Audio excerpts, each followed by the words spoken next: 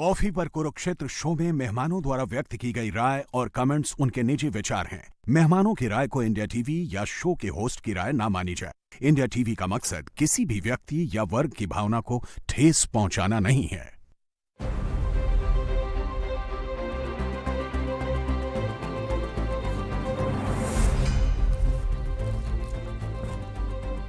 नमस्कार, बहुत स्वागत आप सभी का। आप देख रहे हैं आपका प्रोग्राम कॉफी पर कुरुक्षेत्र। मैं सौरभ शर्मा।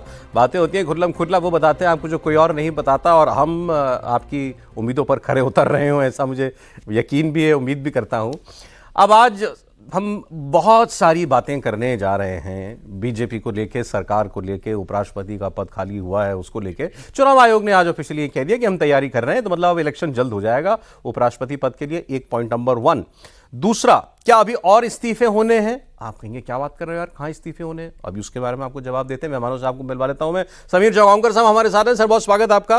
राहुल महाजन जी हमारे साथ हैं, राहुल जी बहुत स्वागत आपका। दो देश के वरिष्ठ पत्रकार और हमारे पॉलिटिकल एडिटर देवेंद्र पराशर हमारे साथ। देवेंद्र बहुत स्वागत आपका भी। तो अब सीधी सी बात यह है कि क्या अभी और इस्तीफे होंगे? क्या बीजेपी के अंदर कोई बहुत बड़ा परिवर्तन होने वाला है? क्या सरकार के अंदर भी कोई बहुत बड़ा बदलाव होने वाला है? मोदी जी अभी बहुत से बड़े फैसले लेने वाले हैं। ये बात हम क्यों कह रहे हैं? सीधी सीधी देश अभी आपको दो बड़ी जगहों पर वैकेंसी दिखाई देती है। उपराष्ट्रपति का चुनाव होना है तो वहाँ वो पद खाली है। बीजेपी के अध्यक्ष की अभी तक घोषणा नहीं हुई तो वो पद खाली है। अब ये दो वैकेंसी भरने के लिए क्या कहीं और कोई वैकेंसी क्रिएट की जाएगी? इसीलिए मैंने कहा कि क्या अभी और इस्तीफे होंगे, किसी को कहीं से उठा करके कहीं और लाया जाएगा। अगर मंत्रिमंडल विस्तार भी होगा, जिसकी चर्चाएं होने लगी हैं कि भाई संभावित है, हो सकता है, साल भर से ऊपर हो गया सरकार को, तो उसमें भी कोई जाएगा तभी तो कोई नया आएगा। सर, किसी का जाना मतलब किसी का आना। तो ये है हमारा आज का मुद्दा कॉफी पर कुरुक्षेत्र का। दूसरा, आप इस वक्त अपने फोन पे, सोशल मीडिया पर जितनी थ्योरी सोच सकते हैं और देख सकते हैं, जो भी आपको पढ़ने को मिल रहा हो, उस सब के जवाब आज आपको मिल जाएंगे कि नहीं साहब ये यहाँ से यहाँ आ जाएंगे तो ये बन जाएंगे। इस तरह की बहुत सारी बातें चल रही हैं, वो सब हम सब करेंगे। लेकिन पहले जरा धनखड़ साहब की बात हम कर लें। इलेक्शन कमीशन ने आज ये बताया कि हम तैयारी कर रहे हैं, मतलब देवेंद्र, ये कि चुनाव जल्द होना है। बिल्कुल सर, अगले सप्ताह में चुनाव की तारीख का ऐलान भी कर दिया जाएगा। यानी कि अगले सोमवार के बाद जो अगला वाला सप्ताह है उसमें चुनाव की तारीख का ऐलान कर दिया जाएगा। प्रक्रिया तो ऑलरेडी शुरू कर दी गई है और प्रक्रिया में लगभग एक सप्ताह का समय लगता है कि जितने मतदाता सूची है, यानी कि दोनों के जो सांसद हैं दोनों सदनों के, वो फिर उसके बाद एक रिटर्निंग ऑफिसर, मतदाता सूची का पुनरीक्षण होता है, एक रिटर्निंग ऑफिसर नियुक्त किया जाता है। तो इस सारी प्रक्रिया में एक सप्ताह का समय लगना है और अगले सप्ताह चुनाव की तारीख का ऐलान हो जाएगा। आमतौर पे चुनाव की तारीख के लगभग 30 दिन के बाद वोटिंग का भी समय रहता है। और जिस दिन वोटिंग होगी हम सभी जानते हैं कि उसी दिन शाम में काउंटिंग करके अनाउंसमेंट भी हो जाएगा। एक महीने के बाद कभी भी मतलब हम सोचें कि ये प्रक्रिया जो है पूरी हो चुकी होगी। और ठीक है। और बीजेपी के अध्यक्ष के लिए जैसे अभी तक इस बात को लेकर तैयारी थी कि आप देखें सौरभ, संसद का जो मानसून सत्र है 12 अगस्त से 18 के बीच में 6 दिन की छुट्टी के बावजूद 18 से 21 3 दिन का सत्र और बुलाया गया था। मकसद ये था, आमतौर पे होता क्या है कि 15 अगस्त से पहले 12 को 11 को सदन की कार्रवाई मानसून सत्र की खत्म हो जाती है और उसके बाद सैनिटाइज हो जाता है।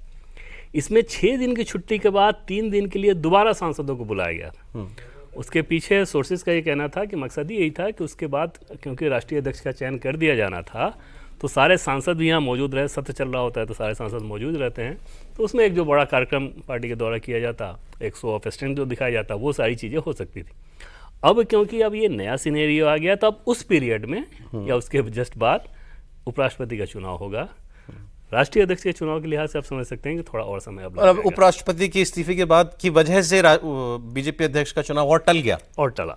कुछ दिन तो टला ही, मतलब उस गैप में, पर्टिकुलर उस गैप की मैं बात कर रहा हूँ कि वो जो गैप था उस गैप में अब वो यूं कहें कि इस इस्तीफे ने थोड़ी मोहलत और दे दी है। मोहलत सब तो किसी के लिए नहीं होनी चाहिए, लेकिन ये जरूर है सौरभ की बीजेपी राष्ट्रीय अध्यक्ष के चयन के मामले में ऑलरेडी काफ़ी लेट है और इस लेट की वजह ही वही है कि आप एक नाम पे सहमति नहीं बना पा रहे हैं। ठीक है, तो ये है। सर बताइए सर, 2 वैकेंसी रहेंगी या अभी और वैकेंसी क्रिएट होंगी? देखिए, मोदी जी का तीसरा कार्यकाल शुरू हो गया और मुझे लगता है इस तीसरे कार्यकाल में मोदी जी कई वैकेंसी क्रिएट करेंगे। मतलब कई लोगों को दूसरी जगह भेजेंगे, कई लोगों को प्रदेश से सेंटर में लेकर आएंगे, तमाम तरह की वैकेंसी क्रिएट होगी। कुछ लोगों को मतलब मुझे लगता है फोर्सफुली भेजा जाएगा कई जगह। प्रधानमंत्री मोदी की कार्यशैली जिस तरीके से 2014 से लेकर अभी तक देखने को मिली है, इस बार वो ज़्यादा मुझे लगता है करेंगे। संगठन में भी बड़ा फेरबदल होगा, राष्ट्रीय अध्यक्ष का भी होना है अभी ये सब इस साल में आप सोच रहे होगा? बिल्कुल बिल्कुल सब। और अध्यक्ष का तो वैसे ही बहुत ज्यादा अध्यक्ष तो डिले होना हो ही चुका है। है, उपराष्ट्रपति का भी हो ही जाएगा।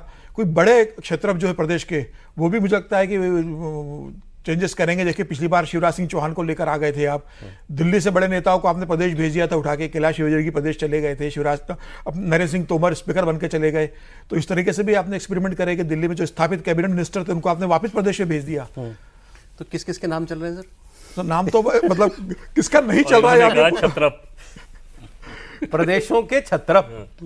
आप देखिए से किसका नाम नहीं चल रहा। अब मतलब एक थ्योरी ये भी चल रही है, मतलब अभी इतनी थ्योरी में भी चल रही है कि भाई उत्तर प्रदेश में बड़ा होगा, राजनाथ सिंह जी को उपराष्ट्रपति बना देंगे और योगी जी रक्षा मंत्री बन जाएंगे। ये थ्योरी चल रही है। हाँ नहीं, ये सोशल मीडिया पर तो हाँ, लोग चल रहा खूब है। चकल्लस कर रहे हैं कई बातों को लेकर के, एक क्योंकि नाम ऑनेस्टली किसी को नहीं मालूम। अभी तो 2 दिन तो हुए नहीं इस्तीफा हुए, ठीक है। तो अभी हो गया कि ना साहब यहाँ से, हाँ कि राजनाथ जी यहाँ जाएंगे और हाँ ये कि भी राजनाथ सिंह जी को योगी जी जो कद है तो उपराष्ट्रपति बनेंगे, और योगी जी का भी बड़ा कद है तो वो भी सीसीएस में आएंगे। तो फिर उनको फिर अब रक्षा मंत्री खाली होगा तो रक्षा मंत्री के रूप में जिम्मेदारी दे देंगे। ये एक तरह की चर्चा है, मतलब तमाम तरह के जो गुणाभाग राजनीति में होते हैं, किसको कहाँ बिठाना है, क्या करना है, तो उसमें एक ये गुणाभाग ये भी चल रहा है भारतीय राजनीति के अंदर। तो बीजेपी ने कुछ सोच लिया है कि 27 में मतलब कुछ तूफानी करना है? नहीं मुझे अगर ये थ्योरी सच है तो देखिए प्रधानमंत्री मोदी और अमित शाह की राजनीति ऐसी रही, वो तो गुजरात से तूफानी करते आए, उस तूफान का परिणाम है कि दिल्ली में भी तूफान बनकर आए थे पूरे एब्सोल्यूट मेजोरिटी के साथ। आप इस थ्योरी को सीरियसली लेते हैं? देखिए मैं किसी भी थ्योरी को मतलब नजरअंदाज नहीं कर सकता। प्रधानमंत्री नरेंद्र मोदी और अमित शाह जी के लिए कुछ भी संभव है राजनीति में, मतलब वो आउट ऑफ बॉक्स सोचने वाले, और जहां कोई नहीं सोचता। भाई कोई सोच सकता था कि मध्य प्रदेश में मोहन यादव बन जाएंगे, राजस्थान में भजनलाल बन जाएंगे, कल्पना नहीं थी किसी को कि भजनलाल मुख्यमंत्री बनेंगे, सीधे मुख्यमंत्री बना दिया। मोहन यादव को सीधे आपने मुख्यमंत्री बना दिया। योगी शिवराज जी नहीं है? नहीं लेकिन मोदी शाह तो मोदी शाह है ना। आप ये भी तो देखिए, उनकी राजनीति को आप देखिए। योगी जी को बहुत कम मौके ये टान के बैठे हैं आज। मेरी ये बात सही है कि कोई भी कुछ भी खबर चला रहा है, थ्योरी चला रहा है। कांग्रेस भी कुछ भी चला रही है। अब से कुछ एक मतलब पिछले साल तक तो वो जो धनखड़ जी हैं उनको के खिलाफ विश्वास प्रस्ताव लेके आए थे, आज कह रहे हैं वो बहुत अच्छे हैं, बहुत अच्छे हैं, उनको मनाओ कि इस्तीफा ना दें। पहले कह रहे थे कि अच्छा जाते कब हो। कांग्रेस ये भी कह रही थी कि भाई ये बिल्कुल पार्टीशन है, मतलब एक बीजेपी की राय लेते हैं। अब उनको लगा है बीजेपी और उसमें कुछ तकरार हो गई है। तो तरह तरह की थ्योरीज हैं, ऐसा नहीं है कि। और ये भी कहा जा रहा है कि अच्छा नीतीश जी को निपटाने के लिए उनको यहाँ पे जो है वाइस प्रेसिडेंट के लिए, जिसको बहुत सारे लोग जो हैं वो वहाँ फिट नहीं मान रहे हैं, वो उनको वाइस प्रेसिडेंट के लिए फिट मानेंगे। तो बड़ी सारी थ्योरीज हैं, बहुत सारा कुछ चल रहा है। तो बहुत ये भी बड़ी मजेदार बात है कि सरकार में, मतलब ये ऐसी सरकार, इससे पहले जितनी सरकारें हुई उसमें ज़्यादातर इन्फॉर्मेशन मिल जाती थी। ये एक ऐसी सरकार है जिसमें इन्फॉर्मेशन नहीं मिलती है, तो उसमें फिर बहुत सारी थ्योरीज फ्लोट होती हैं, बहुत सारी बातें होती हैं। अब धनखड़ जी के लिए क्या बातें नहीं हो रही हैं कि वो विदेश यात्राओं में क्या करते हैं। मैं भी आता हूं सर उस पर, वो एक इंपॉर्टेंट बात है। लेकिन अब इन्होंने जिस थ्योरी का ऐसी थ्योरी फेंक दी है, तो मतलब उस पर अब, और उसमें बड़ा इंटरेस्टिंग चल रहा है सरोज जी। मतलब अभी पार्टी से अगर बुलाया जाता है किसी सीएम को या किसी बड़े नेता को प्रदेश से, तो वो बहुत, या तो बहुत खुश होता है कि अभी प्रदेश अध्यक्ष खाली, तो शायद मुझे बुला रहे, या टेंशन में आता है। तो अभी उत्तर प्रदेश के एक बड़े नेता को बुलाया गया, तो उससे ज्योतिष से पूछा कि किस समय मिलने जाऊं मैं, मेरा समय कैसा चल रहा है, अभी मुझे मिलना चाहिए कि अवॉइड करना चाहिए। तो उन्होंने कहा कि नहीं आप जाओ, आपका समय ठीक चल रहा है। तो मतलब इतना तनाव गया कि दिल्ली से फोन आ गया, तो या तो खुश होते हैं कि भाई हो सकता है मतलब राष्ट्रीय अध्यक्ष के लिए मुझे फोन आ जाए, या ये भी डर रहता है कि कहीं ऐसा तो नहीं मुझे इस्तीफा देने के लिए कहा जा रहा है। अरे और योगी आदित्यनाथ तो एक ऐसी शख्सियत है ना कि जिस दिन से ये पद पर आए हैं उस दिन से इनके इर्द गिर्द जाने कितनी थ्योरीज जो है फ्लोट की जा चुकी हैं। इनकी दिल्ली से नहीं बनती है तो ये राइवल है, इनके अपने उप मुख्यमंत्रियों से अनबन रहती है, पार्टी जो है वो और मुख्यमंत्री सेम पेज पर नहीं है, तमाम तरीके की बातें हुई हैं। और जब ये चुनाव में यूपी में डिबेकल हुआ भारतीय जनता पार्टी के बाद, उसके बाद याद कीजिए, उसके बाद तो बहुत कुछ हुआ था। लखनऊ दिल्ली की बहुत दौड़ें भी लगी थी लोगों की, मगर ये मुझे कुछ मतलब कुछ ज़्यादा ही स्ट्रेच ऑफ इमेजिनेशन लगती है ये बात। राजनाथ जी के बारे में तो आप कल बता ही रहे थे खैर कि उनका तो नाम कहीं हाँ मतलब तक नहीं जब हम लोग बात करें, मैंने टॉप सोर्स से बाकायदा नाम रख के ही पूछा था कि क्या राजनाथ जी को वाइस प्रेसिडेंट के तौर पे सोचा जा सकता है, सोचा जा रहा है, तो आया बिल्कुल नहीं। उन्होंने इस तरह की प्लानिंग तो बिल्कुल नहीं है। उसके पीछे एक बड़ी वजह यह है कि एक्टिव पॉलिटिक्स के हिसाब से देखें तो राजनाथ जी अभी बहुत ज़्यादा इन्वॉल्व हैं। राजनाथ जी इस रूप में इन्वॉल्व हैं, और पिछले दिनों जैसे एक उदाहरण देके मैं आपको बताऊँ, जब पार्लियामेंट्री डेलीगेशन जा रहा था फॉरेन में ऑपरेशन सिंदूर के बाद, तो आपको ध्यान होगा कि टीएमसी ने मना कर दिया था इस पठान को लेके। अब टीएमसी का एक सांसद नहीं जाता तो कोई फर्क नहीं पड़ना था सरकार को, बट एक अजीब सी चीज़ लगती है कि यार सर्वदलीय भेज रहे हैं तो कैसे एक टीएमसी का सांसद नहीं हो। और सोर्सेज के द्वारा हमें जानकारी मिली कि राजनाथ जी ने ममता बनर्जी से बात की, उसके बाद ममता बनर्जी तुरंत तैयार हुई, अभिषेक बनर्जी को भेजा गया। अच्छा। तो आपको ऐसे व्यक्ति की भी ज़रूरत पड़ती है कि कई बार आपको अपोजिशन में जब रीच आउट करना होता है तो वहाँ पर उस तरह का एक हैंड होना चाहिए। वो शख्स इस सरकार में राजनाथ जी फिलहाल राजनाथ जी नजर आ रहे हैं उस तरह की वो चीज़ें। संगठन में भूमिका नहीं आ रही। बिहार में भी गए थे, बिहार में जब बैठक हुई तो गए, तो संगठन में भी उनकी बड़ी बड़ी भूमिका इंपॉर्टेंट फिलहाल- मीटिंग ली थी उन्होंने। हाँ, मतलब वो संगठन में भी उतनी ही फुल्ली भूमिका निभा एक्टिव रहे है, हैं। उतने ही एनर्जेटिक नजर आ रहे हैं। उस दिन भी आप So he देखें, is out of उस picture. दिन सौरभ सांसदों के जब सिग्नेचर भी कराया जा रहा था, जिस दिन इस्तीफा हुआ तो उनके कमरे में ही इनके कमरे में मैक्सिमम हो रहे मीटिंग थे। उनके कमरे में हो रही है, तो वो एकदम से नजर आ रहे हैं कि fully politically active. Yogi Adityanath को लेकर जितनी स्पेकुलेशन एक बार फिर शुरू हुई, आपको लगता है इसमें कोई दम है? और एक चीज़ मैं आपको बता दूं जो कि इन्फॉर्मेशन के तौर पे है कि जो मेरी जानकारी है उसके हिसाब से योगी आदित्यनाथ को दिल्ली बुलाया नहीं गया था, उन्होंने मिलने का समय मांगा था। अच्छा। और क्योंकि वो गाजियाबाद ऑलरेडी एक प्रोग्राम में आ रहे थे तो उस प्रोग्राम के संबंध में उन्होंने बताया। और आमतौर पे ऐसा होता है सौरभ कि जब मुख्यमंत्री आते हैं तो सभी बड़े नेताओं से मिलते हैं, एक बड़ा टाइम है, उसमें सबसे बड़ा स्वाभाविक तौर पे प्रधानमंत्री का है। प्रधानमंत्री का टाइम अगर मिल जाए तो उसके बाद मुख्यमंत्री के दफ्तर से कोई भी मुख्यमंत्री हो, चाहे योगी आदित्यनाथ हो या दूसरे मुख्यमंत्री हों, गृह मंत्री या बीजेपी के राष्ट्रीय अध्यक्ष को भी ये बता दिया जाता है कि इस समय वहाँ पे मुलाकात है और आप लोग जब भी समय दें, तो उसके आसपास वो टाइम मिल जाता है। बाकी राज्यों के भी मुख्यमंत्री ऐसे ही मिलते हैं, जैसे भी उसके पहले आप देखें उत्तराखंड के मुख्यमंत्री पुष्कर सिंह धामी वो आए हुए थे, सबसे मिल के गए। क्योंकि उत्तर प्रदेश का मामला होता है तो अपने आप में उसको लेके बहुत ज़्यादा चर्चा चल जाती है। और वो चर्चा ऐसा नहीं है कि सिर्फ शिगुफा रहता है सौरभ, एक बात तो है ही कि वो डिस्कशन चल रहा होता है सरकार में भी, संगठन में भी। नहीं, लेकिन योगी आदित्यनाथ, मैं ये तो नहीं कहूंगा कि उनके कैंप को या उनके करीबियों को, बट योगी आदित्यनाथ के वेल विशर्स को, खास तौर पे वो जो कि एक्टिव रहते हैं मीडिया सोशल मीडिया पर, उनको ये लगता है कि योगी जी को लेकर के जानबूझकर ऐसी कंस्पिरेसी थ्योरीज जो है फ्लोट होती है। वो तो दूर दूर तक सौरभ नहीं रहता है, और मैक्सिमम ऐसी चीज़ें एकदम बेसलेस, बकवास, और अपने ड्राइंग रूम में बैठ के कोई भी व्यक्ति कुछ सोच लेता है, ट्विटर पे लिख दिया, फेसबुक पे लिख दिया, अपना एक एजम्पशन बना लिया, इस तरह की चीज़ें होती हैं। जैसा कि मतलब आने के बारे में ही मैंने कहा कि बहुत सारे लोग आपको कहेंगे कि हाँ मुख्यमंत्री को दिल्ली तलब कर लिया गया, जबकि मैं ये बता रहा हूँ कि नहीं, उन्होंने बाकायदा टाइम मांगा था, और टाइम मांगा था तो टाइम दिया गया था। इस बार और तो सभी राज्यों के मुख्यमंत्री मिलते हैं, उसके पहले कई राज्यों के मंत्री हमेशा, और 35-40 दिन 50 दिन के भीतर आप देखेंगे कि राज्यों के मुख्यमंत्री दिल्ली आते हैं, किसी न किसी मंत्रालय काम से संबंध में। कोशिश उनकी ये रहती है कि बड़े नेताओं से मिलने। और प्रधानमंत्री के बारे में आपको बताऊं कि आमतौर पे होता है कि बड़े पद के व्यक्ति ये कहते हैं कि हमारे पास समय नहीं है।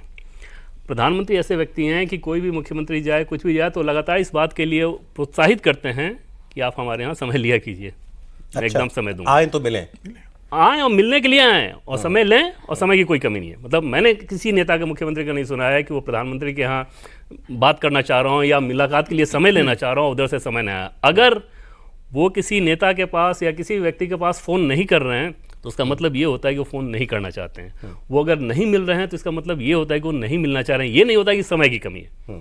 और कोई एक्सपीरियंस मैंने ऐसा नहीं सुना कि कोई मुख्यमंत्री ये बताए कि हमने पीएम के यहाँ बहुत दिनों से समय मांग रहे हैं, हमें नहीं मिल रहा है। किसी भी राज्य के मुख्यमंत्री का मैंने नहीं सुना है। गवर्नर जब मिलना चाहें, गवर्नर लोग भी मिलते रहते हैं। और जहां तक यूपी का सवाल है, अभी 1.5 साल बाद चुनाव होना है, बिल्कुल, तो वहां पर उस प्रदेश को क्यों कोई जो पार्टी जो है वो डिस्टर्ब करेगी। और योगी आदित्यनाथ के लिहाज से अगर आप बात करें सौरभ, तो उनके लिए एक कंसर्न ये रहा कि उनका जो चीफ सेक्रेटरी उनके हैं, उनका एक्सटेंशन वो चाहते हैं। ठीक है, तो वो उनका एक इशू निश्चित तौर पर रहा होगा, जो बड़े जगह पे भी आके वो बताना चाहेंगे कि हाँ भाई इसलिए ज़रूरत है इनके। दूसरी तरफ इसमें कोई दो राय नहीं कि योगी आदित्यनाथ क्राउड पुलर हैं, वोट खींचते हैं। इसमें भी कोई दो राय नहीं कि योगी आदित्यनाथ को बनाया भी नहीं लोगों ने। जब बनाया गया था तो ऐसा नहीं था कि स्वाभाविक मुख्यमंत्री के तौर पे वो कोई पसंद रहे होंगे या कोई उनकी योग्यता वैसी थी, कुछ भी नहीं था। तो जिन लोगों ने उनको बनाया वो क्यों डिस्टेबलाइज, इन्हीं लोगों ने बनाया।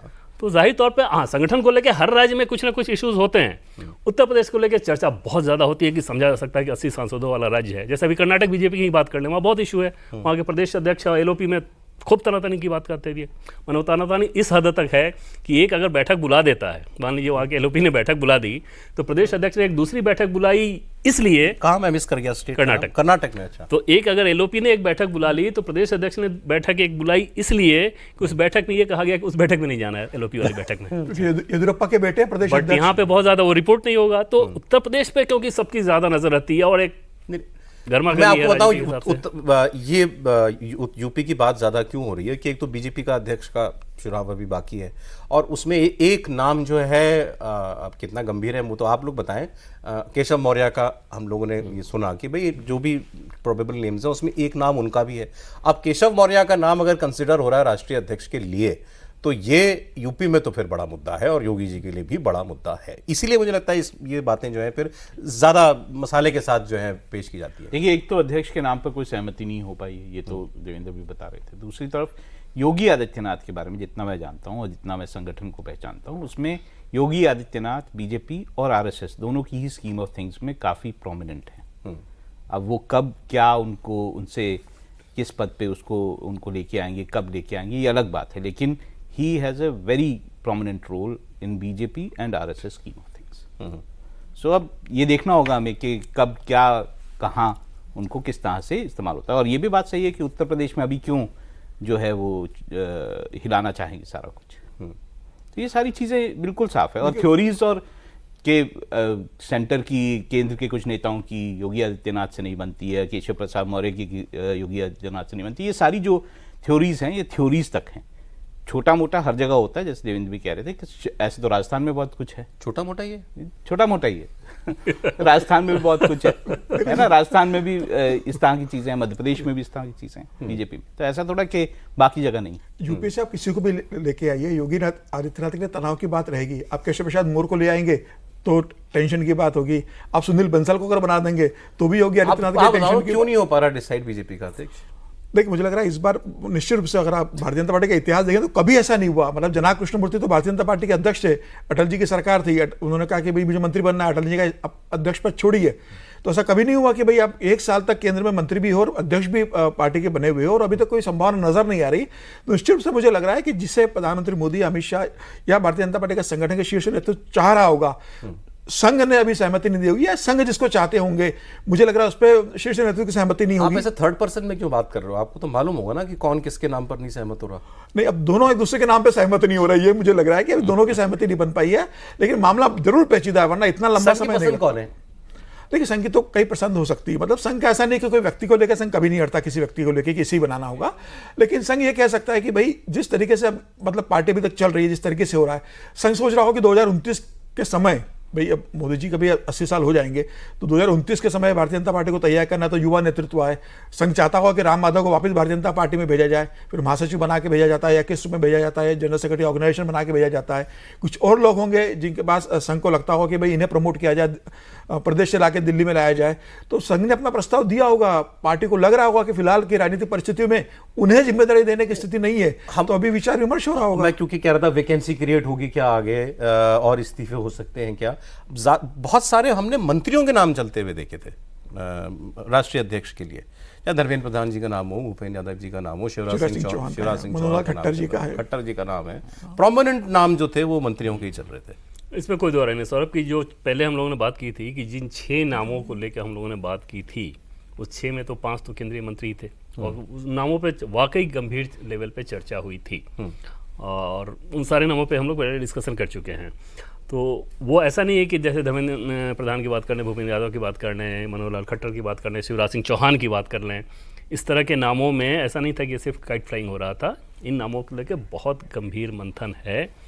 शिवराज सिंह चौहान की योग्यता के हिसाब से देखिए तो बहुत गजब के, धर्मेंद्र प्रधान का अपना प्रोफाइल देखिए तो उसमें तमाम तर्क, भूपेन्द्र यादव का अपना प्रोफाइल देखिए तो बहुत सारे तमाम तर्क, मनोहर लाल खट्टर के बारे में तर्क कम थे लेकिन थे, निर्मला सीतारमण की जस्ट चर्चा थी, चर्चा से इसमें बहुत ज़्यादा मैंने सुना कुछ लोगों से कि संघ जो है वो वुड बी वेरी हैप्पी अगर शिवराज जी बन जाए, ऐसा है। हाँ, इसमें मतलब शिवराज सिंह चौहान के राष्ट्रीय अध्यक्ष के तौर पे अगर प्रोफाइल को देखें तो आपको तो उसमें कोई कमी ही नजर नहीं आएगी ना। मतलब उस तरह के प्रोफाइल का व्यक्ति और संगठन में उस तरह से रहा हुआ व्यक्ति, इतना वास्ट एक्सपीरियंस है, तो उनमें तो कोई कमी नजर नहीं आएगी। मसला ये होता है कि ज़रूरत संगठन में ज़्यादा है या सरकार में, जैसे कृषि मंत्री के तौर पर वो जो काम कर रहे हैं तो उसमें ज़्यादा है, वो सिर्फ है। पर अदरवाइज शिवराज सिंह चौहान की योग्यता का तो मुख्यमंत्री के तौर पर शिवराज सिंह की समस्या भी है ना। शिवराज सिंह चौहान सरकार में बेहतर कर रहे हैं, लेकिन शिवराज सिंह चौहान अध्यक्ष बनेंगे तो जिस तरीके से अमित शाह जी भूपेन्द्र यादव और धर्मेंद्र प्रधान को साथ डील करेंगे, उस तरीके से शिवराज सिंह के साथ नहीं कर सकते। शिवराज सिंह चौहान का राजनीति में अमित शाह से बहुत बड़ा है। ठीक है, अमित शाह जी आज पार्टी के बड़े नेता है, लेकिन उस तरीके से वो डिटेक्ट नहीं कर सकते शिवराज सिंह चौहान को जिस तरीके से वो भूपेन्द्र यादव नहीं कर सकते, जिस तरीके से भूपेन्द्र यादव को कर उस तरह देंगे। का वास्ट एक्सपीरियंस का व्यक्ति इतनी बार सांसद रहा, मुख्यमंत्री, बीजेपी युवा मोर्चा का राष्ट्रीय 91 में अध्यक्ष, सांसद बन गए थे 1990 में विधायक बन गए थे, और उस तरह का एक्सपीरियंस वाला व्यक्ति कार्यकर्ताओं के भीतर ऐसा कनेक्ट है, तो वो तो अपने आप में कंसिडरेशंस बहुत सारी होंगी। ये भी होगी कि पार्टी की प्रायोरिटीज क्या हैं, क्या दक्षिण भारत जो है वो बीजेपी की प्रायोरिटी है, क्या महिला अध्यक्ष होने से उन्हें कोई सिग्नल देने में आसानी होगी। तो बहुत सारी ये चीज़ें भी पार्टी में और संगठन में देखी जाती हैं कि आखिर उससे क्या फ़र्क पड़ेगा, लोगों के पास क्या सिग्नल जाए। और कई बार ये जो प्रायोरिटीज तय की जाती है ना, ये कई बार मेरिट देख के होती हैं, और कई बार दूसरे का रास्ता काटना है तो उसके लिए भी इन तरह की चीज़ों का इस्तेमाल करना होता है। मान लीजिए किसी के एक नाम को बहुत आगे पुश किया जाए और दूसरा वर्ग ये चाह रहा है कि नहीं, इसको नहीं बनने देना है, तो एक नई थ्योरी दे दी जाएगी, कॉम्प्रोमाइज कैंडिडेट नहीं, एक नई थ्योरी दे दी जाएगी। जैसे मान लीजिए साउथ वाले, मान लीजिए नॉर्थ से कोई एक ऐसा नाम हो इस पर दूसरे को पसंद ना हो, तो अचानक नई थ्योरी आएगी कि साउथ में एक्सपेंशन है, पार्टी का एक्सपेंशन करना बहुत ज़रूरी है, इस तरह के नाम को लेकर आया जाएगा तो बहुत अच्छा हो जाएगा। तो अलग अलग थ्योरी बीजेपी में खूब चलता है, और ये सौरभ सबूत है इस बात का कि आप बीजेपी को बहुत नज़दीक से देखिए तो बाकी सारी पार्टियों की तुलना में लेफ्ट में ज़रूर वो है डेमोक्रेसी, तो लेफ्ट तो अब अस्तित्व ही लगभग ना के बराबर है।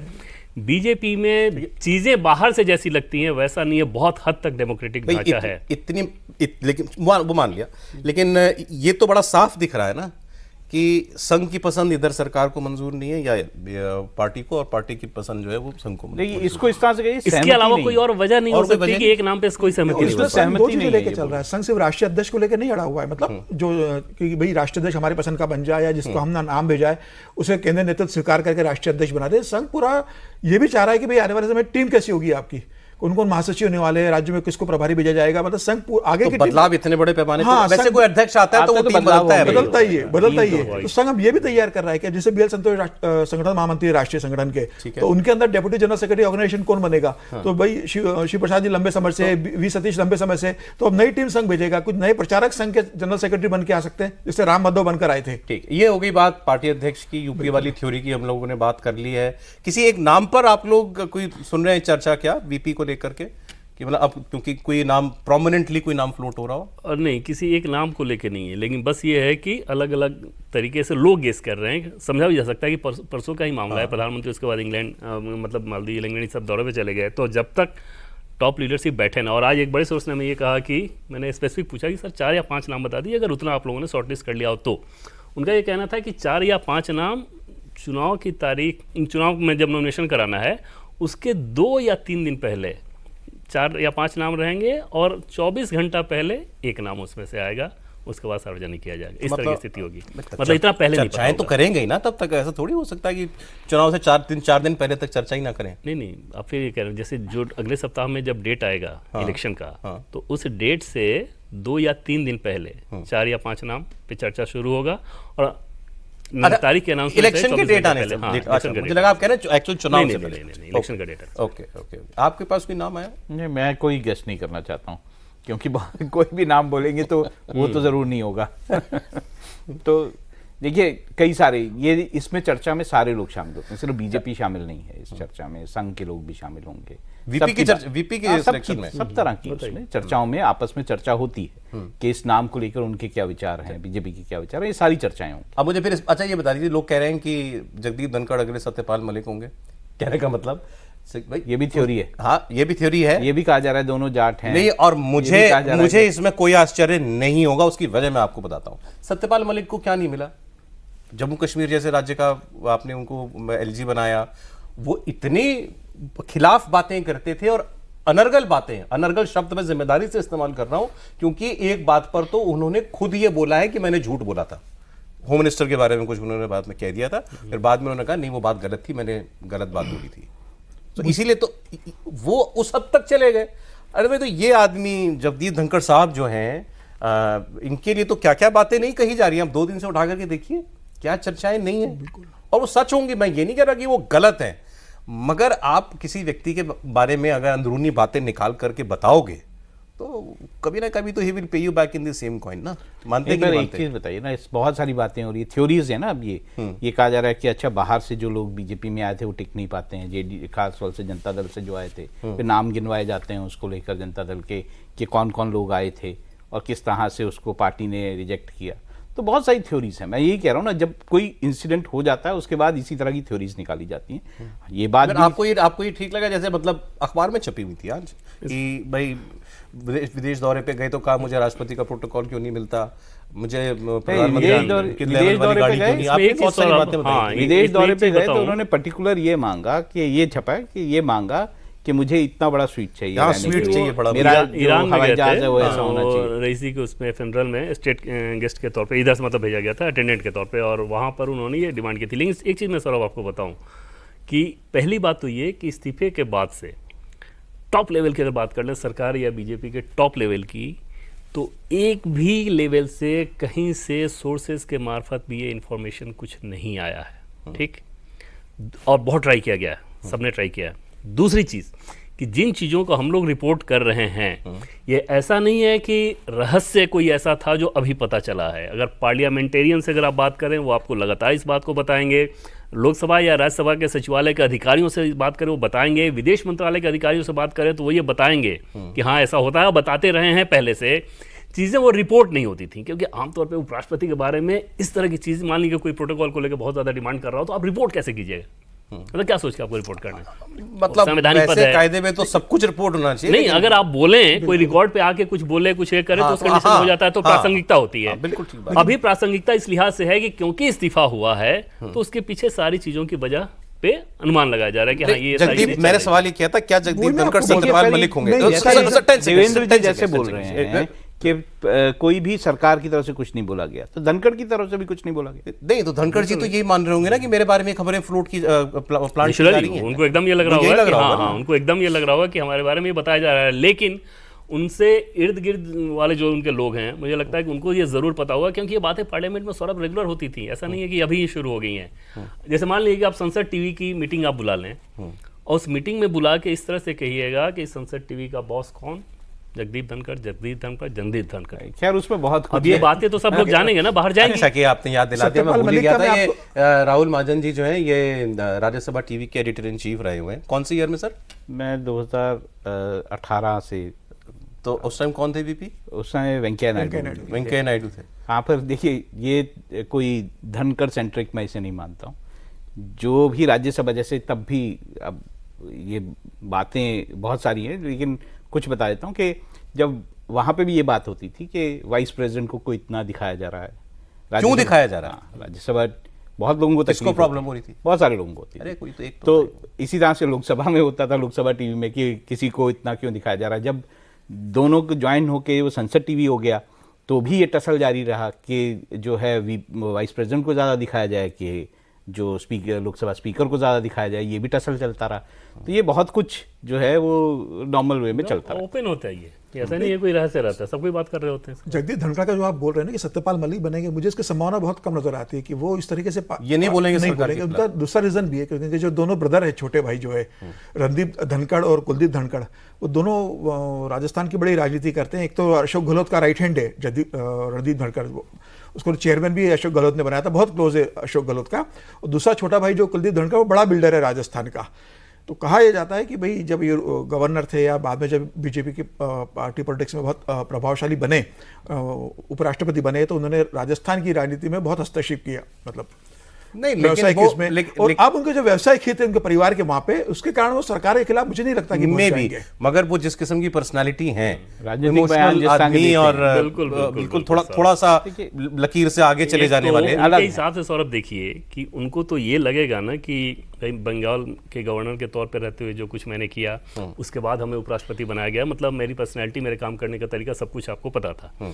और अब ऐसे चीज में जब इमोशनली ड्रिवन व्यक्ति हैं जो कि नजर आता है, तो उस कंडीशन में इतनी सारी चीजें चल रही हैं, तो आज नहीं तो कल वो गुबार फटेगा और वो भी बहुत सारी चीजें कहेंगे। आप मानते हैं इस बात? बिल्कुल मानता हूँ, इसमें मुझे कोई दो राय मैं नहीं। इसमें थोड़ा सा ऐड करना ये चाहूंगा कि वाइस प्रेसिडेंट जो हैं, accidental vice president of India book आ सकती है 1 साल बाद, जिसमें वो अपना पूरा अनुभव लिख दे। ये वाइस प्रेसिडेंट जो है ना, ज्यादातर अगर आपने इससे पहले के वाइस प्रेसिडेंट देखे होंगे तो धनखड़ उस मामले में काफी डिफरेंट थे। वो पॉलिटिकल बयानबाजी करते थे वाइस प्रेसिडेंट होते हुए। ज्यादातर जब वाइस प्रेसिडेंट, जैसे वेंकैया जी जब वाइस प्रेसिडेंट बन गए थे, वेंकैया नायडू, तो वो इस तरह से बचते थे, इस तरह की पॉलिटिकल कोई बयानबाजी। ऐसे बयान तो किसी वीपी ने नहीं दी। तो ये पॉलिटिकल बयानबाजी जो है वो धनखड़ का एक मतलब रहा है कि वो उस तरह की बयानबाजी करते हैं, चाहे किसानों का मुद्दा हो, अब चाहे किसानों वाले मुद्दे जुडिशरी का हो। पे सौरभ मैं आपको बताऊं कि उस प्रोग्राम में ICAR का प्रोग्राम था। शिवराज सिंह चौहान से, जो ये कृषि मंत्री हैं, उनसे संस्थान वालों ने पूछा कि किसको बुलाया जाए। उन्होंने राष्ट्रपति या उपराष्ट्रपति में से उन्होंने कहा कि उपराष्ट्रपति को बुलाया जाए। उनके आप प्रोग्राम में गए हैं, ऐसा भी नहीं कि कोई किसानों का सम्मेलन है, और 100 साल पूरा होने पे जिस संस्था के प्रोग्राम में आप जाते हैं, जाहिर तौर पे इतने खुशी के मौके पे कुछ अच्छी बात आप करेंगे। वो डांटने लगे। वहाँ पे आपने बैंड बजाया तो जो लोग वहाँ मौजूद थे वो बहुत हतोत्साहित थे। तो वो ऑफिसर हैं, किसी जगह से किसी एक चीज और चल रही है देवेंद्र इसमें कि भाई जाट समाज बड़ा नाराज है कि भाई आपने पहले सत्यपाल मलिक के साथ उनको आपने ठंडे बक्से में डाला, फिर अब जगदीप धनखड़ का हो गया, एक चौधरी वीरेंद्र सिंह वो आए थे बीजेपी में कांग्रेस से, फिर चले गए वापस वो। तो देखिए एक चीज़ है सौरभ की, जाटों के साथ अगर आप देखें तो जो सबसे बड़ा स्टेट हरियाणा में जाटों के लिहाज से, तो वहाँ पर अगर बीजेपी के पॉलिटिक्स के लिहाज से देखें तो जाट तो हमेशा से ही नाराज ही रहते हैं। मतलब ये लोग कुछ भी कर रहे हैं। उत्तर प्रदेश में समय के हिसाब से कभी ठीक हो जाता है, कभी कुछ और बदल जाता है। और राजस्थान के हिसाब से अगर देखें तो वहाँ पे इशू रहता है। तो ये इशू रहता है। हालांकि एक चीज़ इसमें मैं आपको बताऊं कि ऐसा बिल्कुल नहीं है कि ये जाट समझ के मतलब कुछ ऐसा हो सकता है। जैसे एक उदाहरण के तौर पे बताऊं आपको कि हनुमान बेनीवाल सांसद हैं, जाट सांसद हैं, राजस्थान के सांसद हैं, RLP के। ऐसा भी नहीं है कि वो NDA के सांसद हैं कि किसी मर्यादा में, दलीय मर्यादा में बोल रहे हों। उनसे ज़्यादा खुश व्यक्ति अभी आपको कोई नहीं मिलेगा जगदीप धनखड़ के इस्तीफे के बाद। और वो इस्तीफे की वजह, जैसे उनकी खुशी की वजह भी है कि क्योंकि ज्योति मिर्धा के बहुत करीबी हैं धनखड़, ज्योति मिर्धा को उनके क्षेत्र में प्रमोट करते रहते हैं, वो ज्योति मिर्धा के धूर विरोधी हैं, तो गदगद थे एकदम। वो ये मानते हैं कि अरे ये तो जाट ही नहीं है। वो 50 तरह की चीज़ें वो बोलते हैं। तो ऐसा नहीं है कि जाट वर्सेस कोई और मामला हो। हाँ, प्रोजेक्शन ज़रूर ऐसा हो जाता है, या दबाव बनाने के लिए बीजेपी के जो अपोनेंट वाले लोग हैं वो इस तरह का पोजीशन करेंगे। ग्राउंड रियलिटी ऐसा होता नहीं। बीजेपी में एक से एक है जो जाट नेता है। अरे वैसे हमने वाइस प्रेसिडेंट के लिए इतने नामों की चर्चा कल भी की, आज भी कुछ नाम, एक नाम यानी जो चेहरा सबसे ऊपर है इनका रह गया। तो मैंने तो इनका भी मुझे नहीं लगता थ्योरी चलती हुई देखी। नड्डा जी की, JP नड्डा जी की संभावना कम है। नड्डा जी की भी एज भी बहुत ज्यादा नहीं है। पर नड्डा जी को आप वाइस प्रेसिडेंट में क्यों देखते हैं? आप हिमाचल के CM के तौर पर नेक्स्ट क्यों नहीं देखते?